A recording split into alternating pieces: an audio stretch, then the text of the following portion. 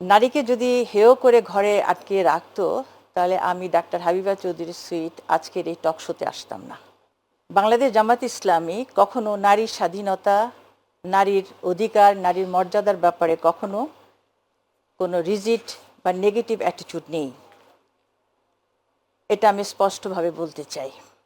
সুতরাং উনি যে উক্তিটা করেছেন যে আমাদেরকে হেয় করে ঘরে আটকে রাখতে চাই, কথাটার আমি প্রতিবাদ করছি। আমিরে জামাত সম্পর্কে যে নেগেটিভ যে কথাগুলো ছড়িয়ে দেওয়া হচ্ছে, আমি গতকাল আর একটা টকশোতে একই কথা বলেছি, এটা একটা গভীর ষড়যন্ত্রেরই বহিঃপ্রকাশ।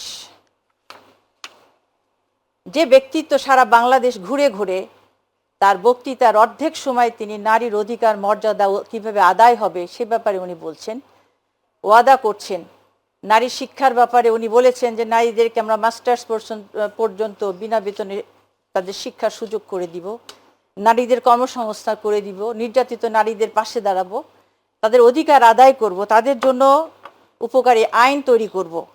এই কথাগুলো যিনি প্রত্যেক দিন তার জনসভায় ঘোষণা দিচ্ছেন, সেই ব্যক্তিত্বের পক্ষে কি সম্ভব হঠাৎ করে এমন একটা অশালীন কথা, যেটা আমি মুখে নিতে আমার লজ্জাবোধ করছে, অশালীন কথা উনি ছেড়ে দিবেন?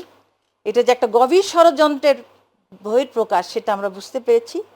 আমি বিশ্বস্ততার সাথে, দৃঢ়তার সাথে বলতে চাই, এই ধরনের কোনো কথা বা এই ধরনের কোনো সামান্যতম অনুভূতি আমাদের কারোর মধ্যে নেই যে নারীদেরকে আমরা অপমানিত করব, লাঞ্ছিত করব, বা নারীদের মর্যাদার ব্যাপারে আমরা কোনো কম্প্রোমাইজ করব।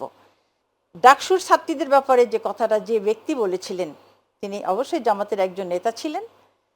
দেন বাংলাদেশ জামাত ইসলামী তার ব্যাপারে কিন্তু স্টেপ নিয়েছে। আপনারা জানেন তাকে বিভিন্ন দায়িত্ব থেকে অব্যাহতি দেওয়া হয়েছে, ইভেন আপনারা জানেন তাদের জোকনিয়ত থেকে তাকে অব্যাহতি দেওয়া হয়েছে। সে অ্যাকশন কিন্তু বাংলাদেশ জামাত ইসলাম নিয়েছে।